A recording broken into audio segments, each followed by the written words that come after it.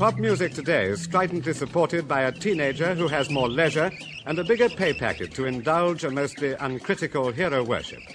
Seeking to explain the fervour of that worship, psychologists have pronounced that the adulation of teenage girls for those who twang the guitar is a subconscious preparation for motherhood.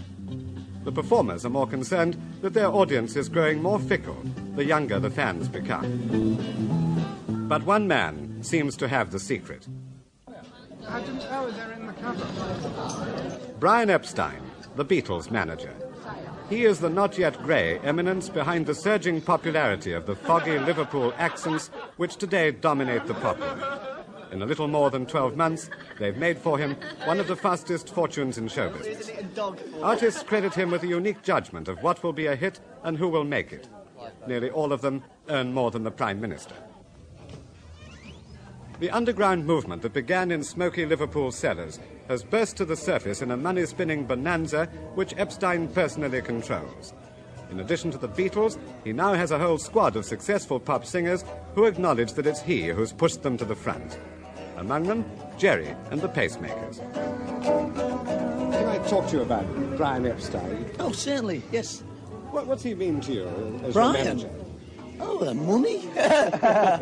No, serious though. He's done a lot for us, you know. He tells us all kinds what to do, and made us wear suits and everything. Yeah, looked better and everything. But even in our private lives, he plays a hell of a lot. Yeah. Cilla, do you think you could have got to the top without Brian Epstein? No, I don't think so. Why not? Because I came from Liverpool. Well, at the time, nobody wanted to know anything about Liverpoolians until Brian Epstein came on the scene. I mean, it was a bit of an handicap to anybody who did come from Liverpool because of the way they spoke. How's he changed you?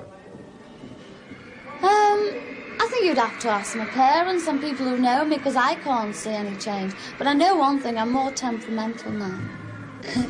Billy J. Kramer is another from the stable who gets a frenzied welcome from his puppy. Epstein says Kramer's good looks will take him to the top. As no one listened to the song, this is obviously important. The screams came in proportion to the antics. But amid all the gaiety and glamour, how ruthless does Epstein find the business underneath? It depends. In certain parts it is. I think in the sort of the buying and selling side, the agenting side, and that kind of thing, that I wouldn't say it was ruthless. I'd say the competition was very, very keen. Well, you've toyed with the idea of saying it's ruthless. How ruthless do you think you've got to be? Not very. It may even be a fault of mine in the business that I'm not ruthless enough. Do you feel that you exploit teenage talent? No. Talent? No. You can.